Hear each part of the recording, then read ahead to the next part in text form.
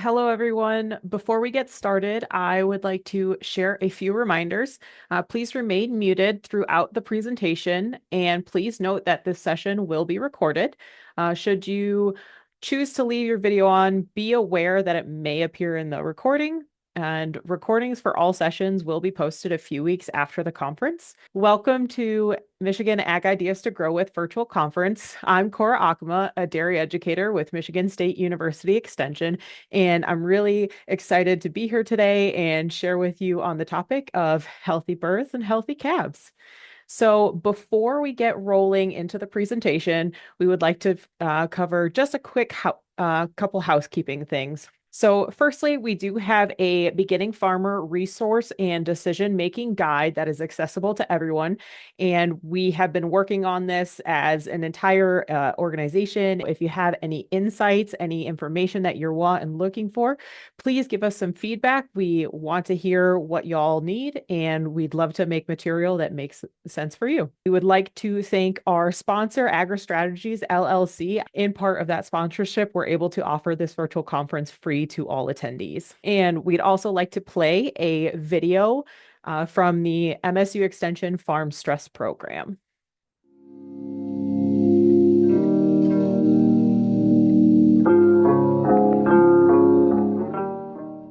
Farming can be tough. You've got uncontrollable weather, pests, fluctuating markets. It can be enough to make anyone feel stressed. But what happens when the stress becomes too much, when it starts to affect your health and well-being? That's where the MSU Farm Stress Project comes in. Our mission is simple: to help farmers manage stress and improve their health. A team of experts work closely with farmers to provide trainings, counseling, and other resources.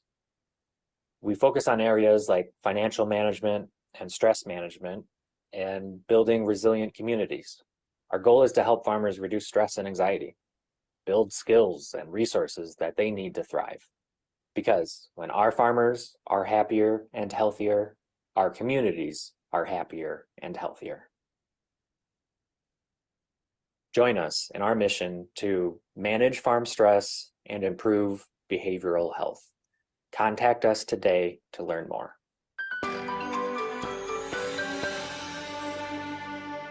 Healthy births, healthy calves, managing parturition, dystocia, and newborn calf care. Once again, I'm Cora Okkema, a dairy educator with Michigan State University Extension. Also grew up on a dairy farm family, so this is a topic I'm really passionate and familiar with, and so I'm really excited to share my insight and some of the technical knowledge behind this topic. So let's get into it. So just a quick overview of what we're going to be covering today. We're going to start with understanding the calving process. Then we're going to go into assisting with calving.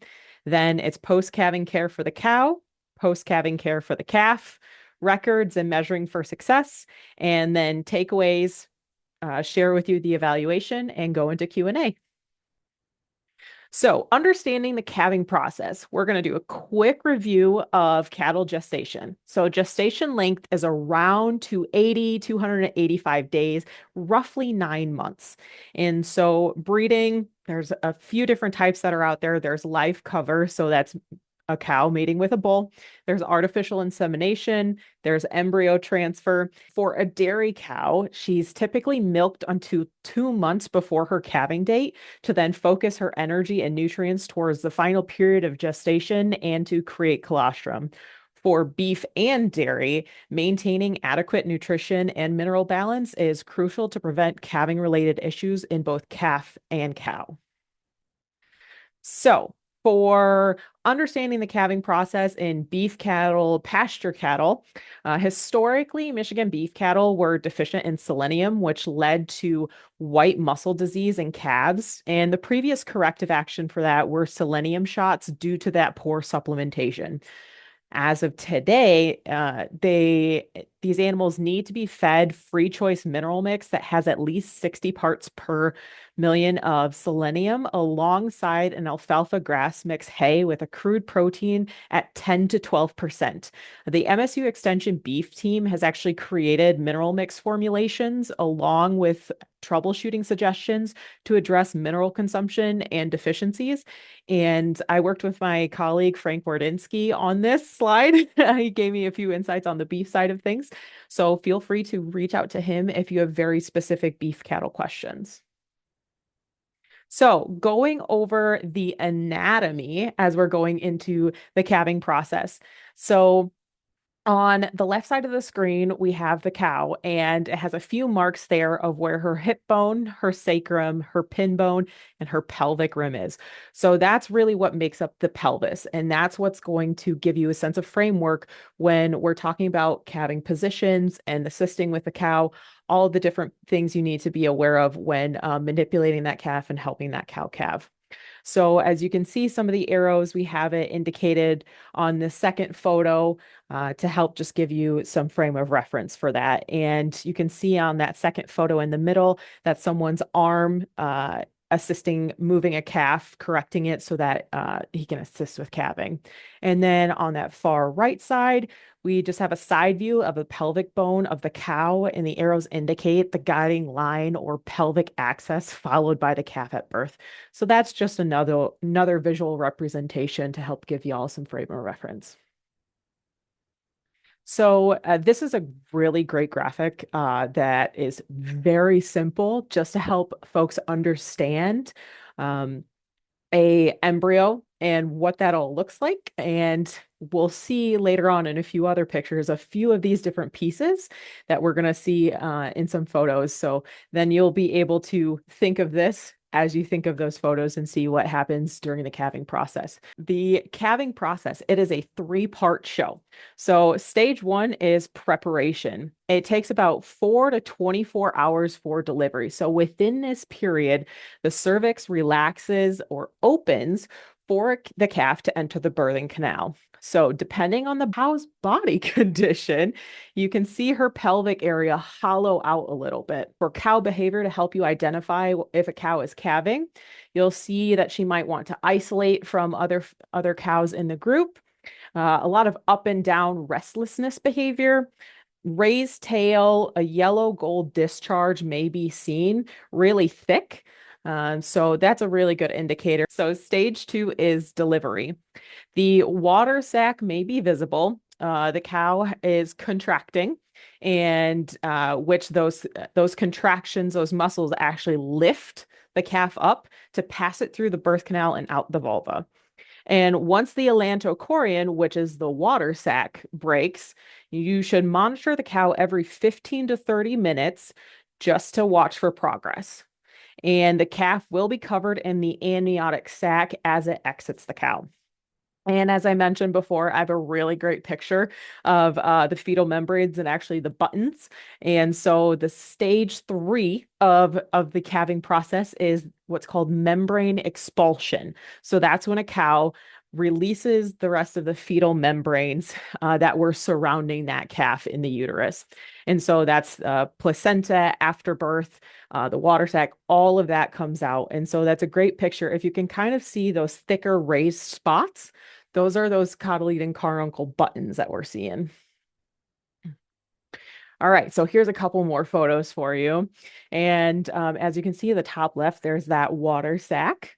And then just below it, it's just another good picture of a cow lying down, just going through that calving process. She's at stage two right now where she's pushing out that calf. And the middle picture and the far right photo, our calves are on the ground. You see some fetal membranes in them, but also there's a really great picture on the far right of actually the umbilical cord still being attached to that calf as it was pushed out. And so that's really important because if that happens and that umbilical cord is still attached, you need to cut it. Do not pull it. Dystocia, as we're getting into a little bit of the assistance side of calving, we need to talk about dystocia. What is it? What does the word even mean? So, quick definition, dystocia, dys is difficult, and tokos is birth. So, pretty easy. Difficult, birth. And what factors cause dystocia? Well, too large of a calf for the pelvic size for a heifer or a cow, and high body condition score of a cow. Dairy and beef cattle use two different body condition scoring scales. So if you're looking at that, make sure you're using the right scale depending on what industry and what type of cattle you're working with. Narrow birth canals, that's usually in heifers, they're first timers. So everything's opening up, it's all really new. And so that's usually the ones that take a little bit longer to calve just naturally. And then also weak labor contractions, that could be fatigue, and that could be a metabolic imbalance that's causing that. Also, position of the calf. We're really going to dive into that part today. And then also multiple calves, so twins, triplets. It's more common in cows, but I've had a number of heifers that have had twins. And those are always the really fun cases to work on. Assisting with calving. First and foremost, you do not need to assist with every calving. I'm going to put that out there. That's what we're going to start with. Once a cow is in stage two, so that's when she's actively contracting and pushing, she should be progressing every 20 to 30 minutes. Meaning, if you see toes, so if you remember that picture on that bottom left side, if you see toes in 20 to 30 minutes, you should see ankles or more of those legs.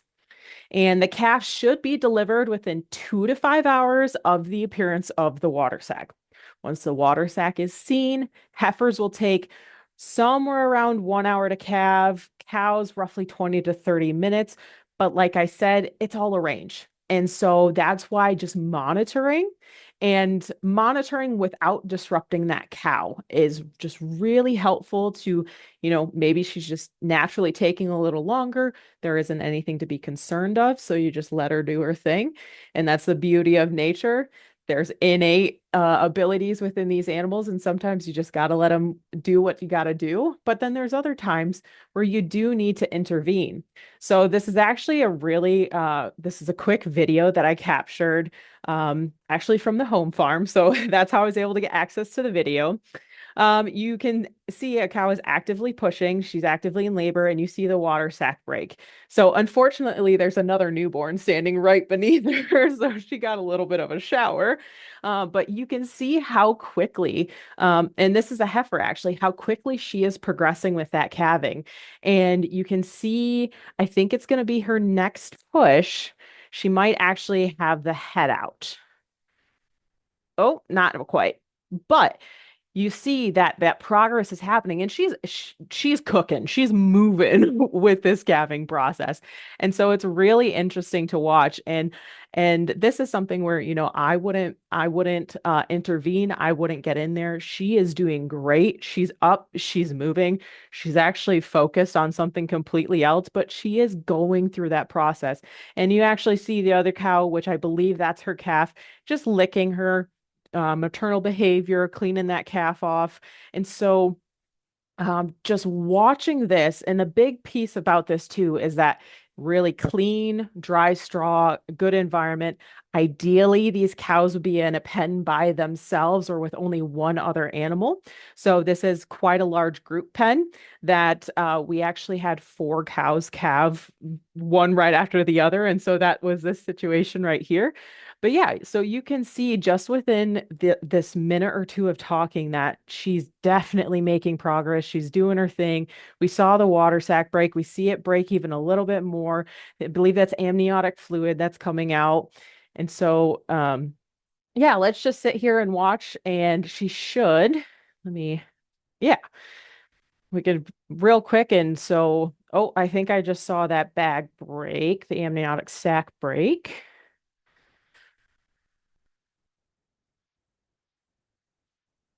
And so if you see that black part on the top, that's actually calf's nose. So she's close to where the part is where, once you get the head past and the shoulders, smooth sailing from there most of the time.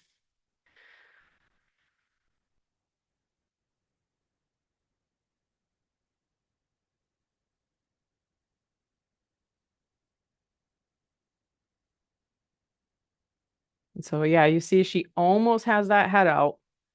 So she has that, there she goes. She has that really good, strong, continuous contraction where it's very much progressing that calf.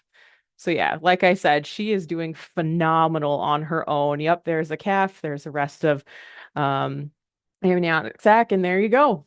It's a beautiful calf on the ground, and the cows immediately she goes to turn around and she's gonna start cleaning that calf off. Okay. Am I in a stressful situation? Is this situation a little stressful? I don't sense no stress. I'm stressed. With that, what is the cue that you can use that signals you, hey, it's time to assist? I got to check something out. I got to figure out what's going on. Or, hey, I just have this feeling something ain't right. So, if you have witnessed the water sac break and no progress has been witnessed for 30 minutes, that's when you have to check something out. If you have not witnessed that water sac break, what other signals are you seeing that that cow is calving? Is she straining? Is she pushing? Is she up and down and restless and moving around, but you're not really seeing any of the fluid or discharge that you just saw in that video? So, what can you do? You can glove up and sleeve the cow to investigate and check for dilation, presence of the water sac, position of the calf, or potential torsion, which means a twisted uterus. And so dilation, what is that? So you need to check if the cervix is dilated, which means opened up in order for that calf to be pushed through.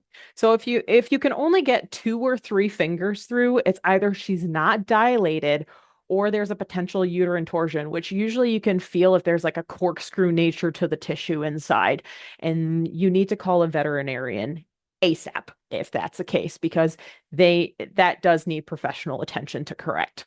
And depending on how long the signs of calving have been present, it's either A, too soon to intervene if she's not dilated, or if labor has been going on for more than an hour with no change, call a vet, because that might be the situation where that cow is fatigued or not having proper contractions or proper dilation due to a few other things going on.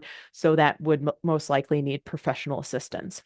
So, status of the calf. If you can feel the calf, you need to check if it is alive or dead. This does determine the urgency and type of assistance needed. So, a couple of things that you can do to check that calf to see if it gets reaction. Pulling or pinching the foot should cause movement of the leg. That's one of the best ways to do it. And a lot of times, especially when I'm fighting to get a rope or a chain on, that's one of the things they keep pulling back. They keep pulling back. So I'm like, all right, I know you're feisty already. And placing fingers in the mouth may elicit suckling or movement of the tongue. So that's another indicator if there aren't feet first, but you have head. If that calf's butt is present, placing a finger in the anus can elicit a sphincter reaction.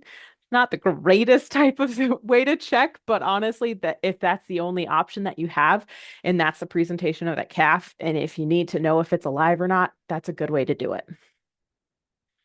All right, so here I have a few different pictures of examples for equipment that you need to assist with calving. And we have a halter. Sometimes, if you need to restrain a cow and they are tame enough, you can use a halter.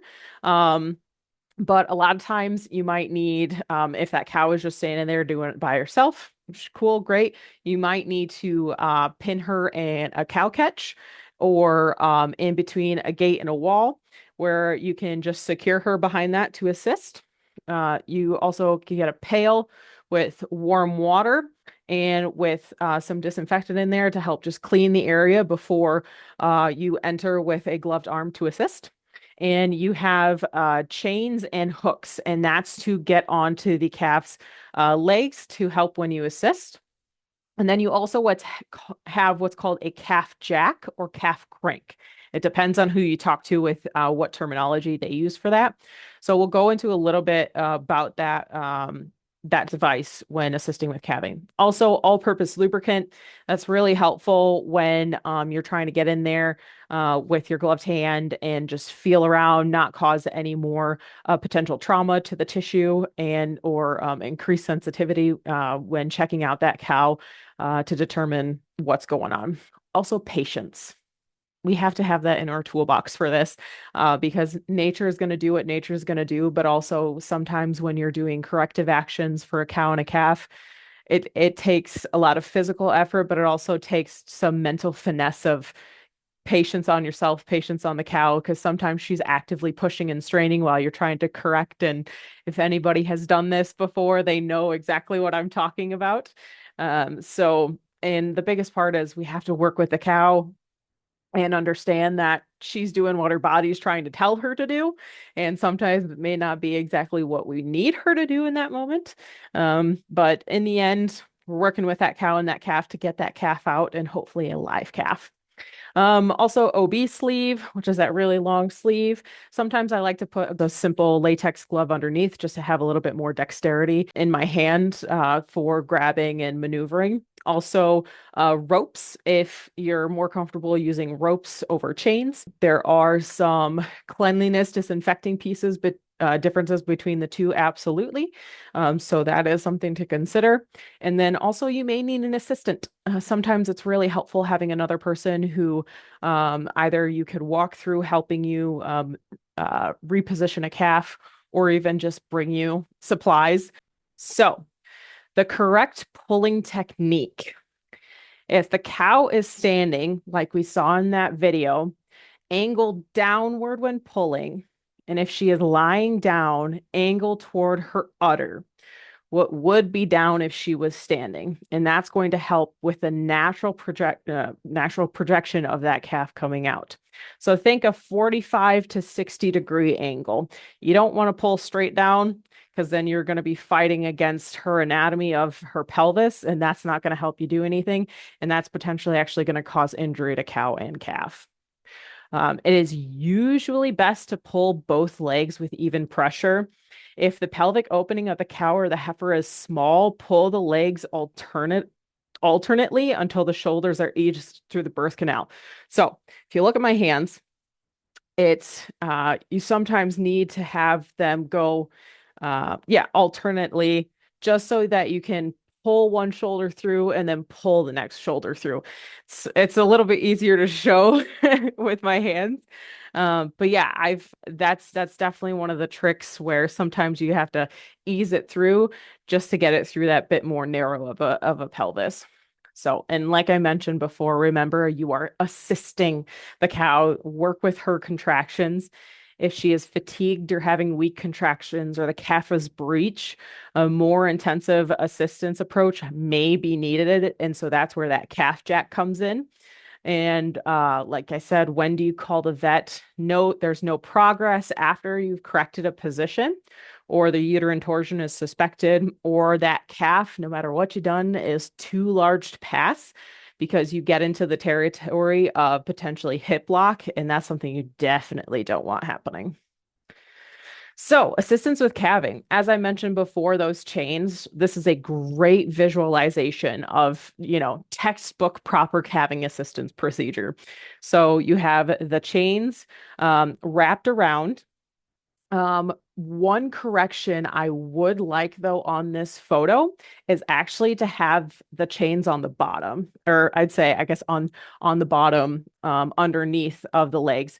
And that's to just prevent any potential breaking and too much pressure. But yeah, metal chains over the fetlock and under the pastern. So kind of if you think about your wrist, think about like that in the sense of the calf. And also they have the metal hooks, as I mentioned before. Those things are a godsend when you're working because I'm used to just kind of grabbing the ropes. When we've used it, just grabbing it with my bare hands, and sometimes it's really hard to get proper tension. So those hooks have been super, super helpful, both when using chains and ropes. And also gloved hands and arms. Like I mentioned, sometimes I put a small leg tex, or you can even use a nitrile glove underneath, and that really just helps me with dexterity and hand feel if I have to reposition or maneuver something. So assisting with calving. So this is another video that I was able to take.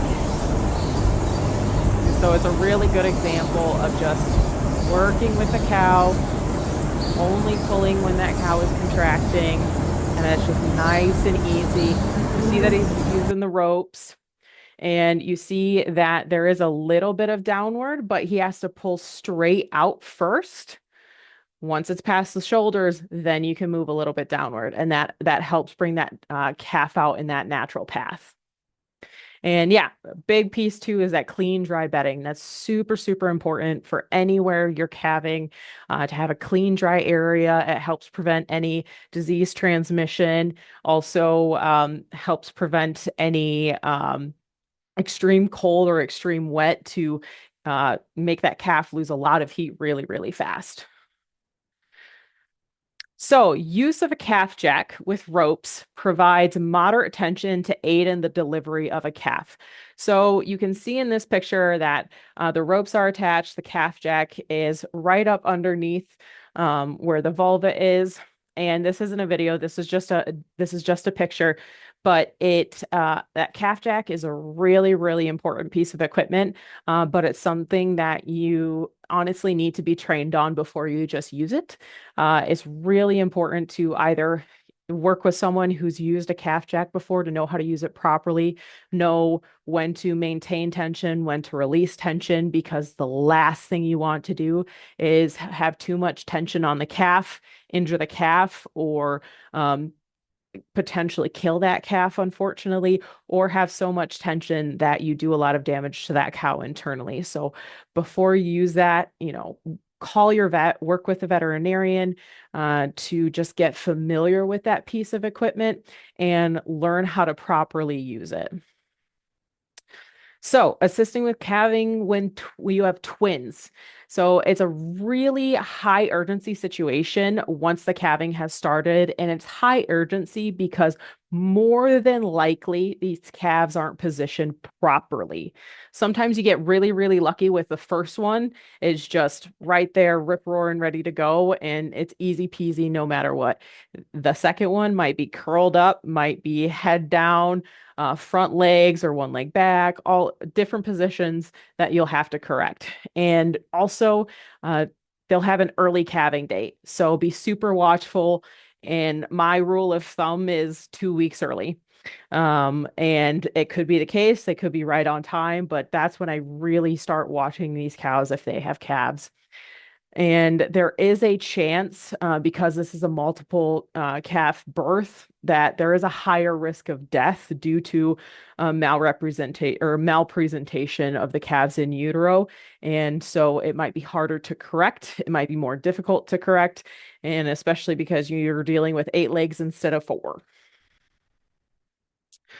So, some terminology, as you may have noticed, there's 3 things, there's 3 terms when it comes to calving, talking about the calves, that we can use to explain and describe what we're feeling, honestly, when we're checking out that cow and checking on that calf.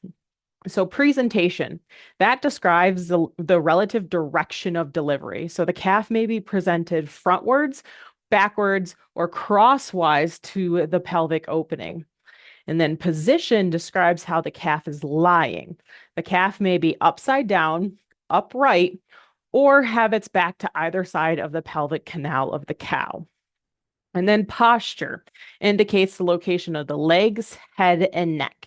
If the calf is presented frontwards, one or both forelegs may be turned back, or the head may be down and the feet are in the correct position. A fetus in a backwards presentation may have one or both hind legs flexed at the hock or hips. So we're going into that, and I have a lot of great pictures to help just give you some visual representation for this. So I pulled these from a few different sources. Texas A&M has a really great set of diagrams for this, which are the black and white ones. And then South Dakota State had these orange color graphs. So on the left is the ideal presentation: front feet first, head on top of the front legs, with the rear legs just under underneath, and it's just easy, ready to go out. And then all of the other representations are what we call abnormal presentation. So it's essentially everything else that isn't both front feet with head first. So we're going to do a quick mini little quiz. So what is the presentation, position, and posture? Presentation is anterior or frontwards. Position is upright. Posture is one front leg forward, the other back. And so when it comes to posture, it's a little bit less technical for how I like to explain it best. And so we'll just run through these next few. So the second one, the presentation is posterior or backwards. Position is upside down, and posture is rump first, hocks up by the spine, no head or front legs. So like I said, simple, easy explanation. Tell me what you can or cannot feel. And then the third one, presentation is anterior or frontwards. Position is upright. There are four legs present, but the head is back. So correcting these abnormal presentations, we're going to go through a few of the photos just to give you some examples of how to correct it and a few of the different presentations that you can see. So this is what I like to simply call backward. So you have the hind legs that are coming, and but everything else is tucked nicely. Once the umbilical cord breaks and that calf takes a breath, you get concerned about fluid potentially entering the lungs. So you pull on the hind leg with chains or ropes to get the calf out. You may need to use a calf jack for tension because it's really critical with those hips. That's that really wide point when a cow may really, really struggle to push that calf out. Breech is when there's rump presented, but no legs. So the correction is to push that calf toward the cow. So think pushing it towards the cow's head and down to hook your hand onto the rear leg to bring that leg up to that birthing canal. And you need to do that with both legs before pulling the calf out. And what's a really smart move that's going to save you a ton of time and struggling is once you get a leg up, put a rope or a chain on it. And that's going to be the best way to keep that leg up. And so you don't have to keep struggling. And the next one, I like to call this the superhero pose because you have one front leg forward. You also have the head forward, but one leg folded back. So for the correction of this, put a rope or a chain on the leg that is forward. Do that first because you want to take advantage of the positives of that situation before you go into correction if you can. So, and then you push that calf back to get room to unfold the other leg, bring that forward, put a rope or chain on, and then continue with assisting that cow. So then you have the head forward, four legs folded. So essentially, it's pretty much the same thing that we just mentioned, but you focus on pushing that calf back first to then get one leg up and then to get the other leg up. And once again, also just make sure you put the ropes and chains on before you move to the next leg. All right. And then a couple of these rough ones. These ones are really, really tricky. And both of them you are going to need veterinary professional assistance on correcting. So upside down, whether it's anterior or posterior, whether you have head coming out or you have only rump, you will need to twist that calf to get it out. And so, like I said, you're going to have a vet's help unless you're an incredibly seasoned producer who's had to tackle one of these before or was able to, talk to a vet at the same time and essentially worked your way through that together. Then the last one is dog sitting posture. That's the anterior presentation where the rear legs have extended beneath the body. So, like I said, how it was like, you're fighting with all four legs at that point. And so it's really, really tricky. I've had to work on a calving like this before, and it's really, really tricky trying to maneuver that calf when everything is just so tight for that calf itself. It's very tricky to correct and essentially do any maneuvering to get that calf out. So, problems that may arise with the cow during and after calving, like I mentioned before, uterine torsion. I've had one cow that I've worked with who's had this, and it was a very interesting case, and we definitely called the vet out to help correct. And fortunately, we were able to untwist that uterus. We did not get a live calf out of it, but that's unfortunately usually the case that happens if you have a uterine torsion. What's called uterine inertia. So it's parturition does not progress past stage one. So if you remember how calving is a three-part process, so that stage two is when we see that water sac, and that doesn't break, that doesn't come out. We don't see any of that. So the cow has weak contractions, if any, and it's really common in cows with milk fever. And so they either don't have that priming within their own body to start the contractions, or they simply don't have the energy for the contractions. And so the corrective action is to treat the milk fever according to protocol established with the veterinarian. And sometimes you may have to apply some intensive assistance with calving. You may need to use a calf jack, but that's really situation dependent on what the best approach is. So hip lock is another situation that could happen. That's where the calf's hips themselves will not pass through the pelvic opening, and that's a very, very serious situation. Once again, needing veterinary um, assistance. And obturator nerve injury that causes actually paralysis in that back part of the cow, making her unable to rise. And so we've seen that a couple times with some cows where it's happened during the calving process, where they either inflammation causes her to causes that injury, or an actual trauma from the calving itself, and it's sustained trauma from that from the calving process that causes that. So, post-parturition cow care. You place the calf near the cow so she can begin licking, cleaning the calf off. If a cow is able to stand, encourage her to do so. If not, check the feel temperature of the ears. That's a quick indicator that there might be a potential metabolic issue. She may also be extremely fatigued. So let her rest if she is showing signs of extreme fatigue, but also make sure she has water and food in front of her so that can help her regain her energy.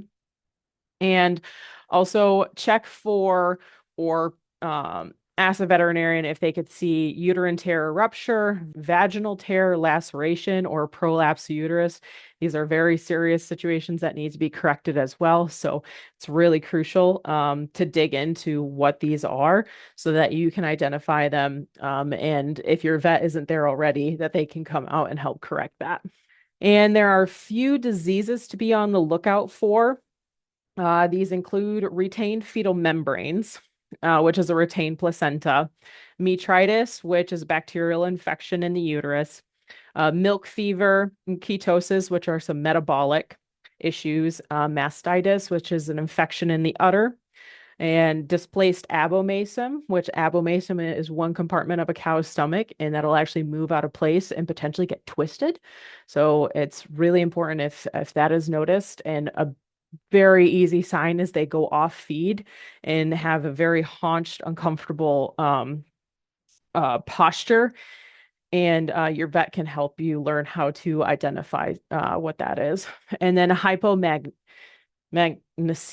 sorry, which is low magnesium levels in the blood, also known as grass tetany, which causes some cows not to be able to rise. So newborn calf care. Check the calf is breathing, clear the mucus from the nose and the mouth, see if the cow will lick or clean the calf off, rub it down with a straw or a towel, whatever is available to just help encourage that calf to breathe, get that heart beating, get that blood flowing. Cut the umbilical cord from 1 inch length and dip the navel with 7% navel dip iodine. That's just to help prevent navel infections. And feed colostrum and administer supportive newborn therapies and place ID tags in that calf's ear. So if it's a very cold temperature, the calf will need to be dried off completely and placed in a well-bedded area, ideally with a heat lamp or in a warm room. And if you're raising calves on the cow, check for signs of nursing, which you can see shiny teat skin or curled wet hair around the teat. So, colostrum management is the single most important management factor in determining calf health and survival. So, when we get into colostrum, big thing that I want you to take away from colostrum, and it is super, super crucial for calves to get it in their system. It's the only way they have passive transfer of immunity. And so they have somewhat of an immune system once they drink that colostrum. When they're born, they have nothing. And so it essentially is life or death for that calf to make sure it has high quality, good quantity, very clean, and very soon after they've been born. It's very crucial for health initially, but also overall production in the future. And if you want to check for passive transfer immunity in your calves, it's as easy as a serum total protein test, which I can help you perform on site if you're ever interested and want to get some insight into your colostrum management practices to see how well you're doing. We'll also kind of zoom through this part a little bit. So, records and measuring for success. I love having record keeping systems that make sense for people.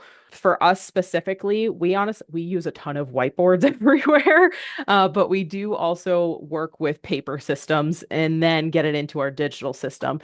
One, it's because point of care. It's very accessible. It's pen side. So we know everything that's going on. It's right there. Somebody can jot it down within 5 seconds and then go on to whatever they need to do, come back in 30, see what's going on, all of that.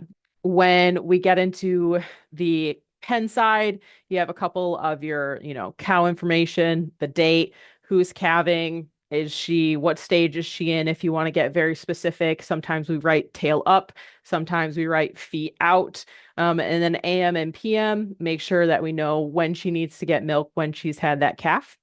But also on the calf side of things, it's really crucial to get some information down where you have, who is the cow or her dam, the date she was born, whether it's male or female, or even if it's potentially a free martin. So that's a female twin of a male calf. Identification information, potentially if you have multiple locations or like to make sure you know where that, say you have multiple pastures or something, you have cows calving in, you know where that they're at. If you have multiple breeds you're working with, and also if you've done what we call processing of that calf, IDs, vaccinations, all of that. And also colostrum feedings. Like I said, if you can't tell, we use a lot of whiteboards. It's a really quick and easy way to mark that, we know that calf has had both its colostrums, it's been navel dipped multiple times, and that method of feeding that colostrum, whether that calf needed to be tubed or if it drank off the bottle, because that gives some anyone who's working with those calves some indicators on potential behavior and thriftiness of that calf.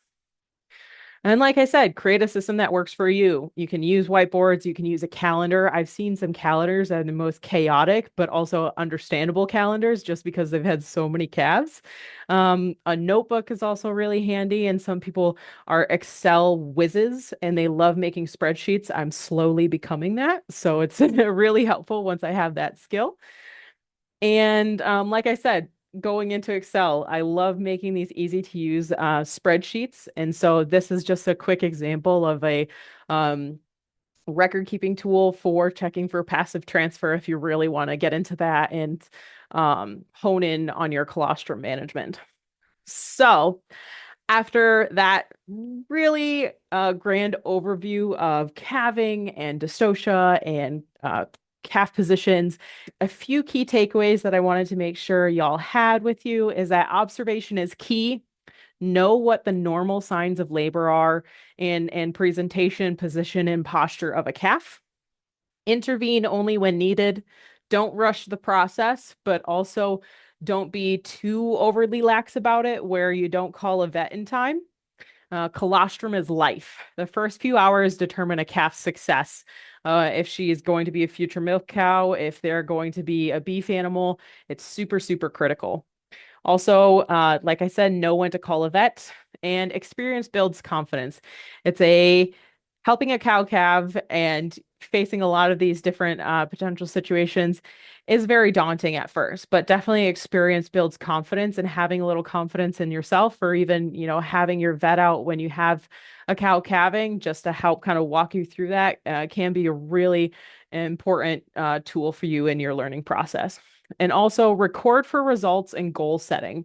Knowing the health and status of cows and calves will help you prepare for the future and hold yourself to high standards of animal care. Because if you don't record, you don't know where you've been, where you are, and where you want to go. So, with that, I want to thank you all so much for coming to my session. Like I said, I love talking about this stuff. So, that's my contact information. So, if you have any questions, please reach out.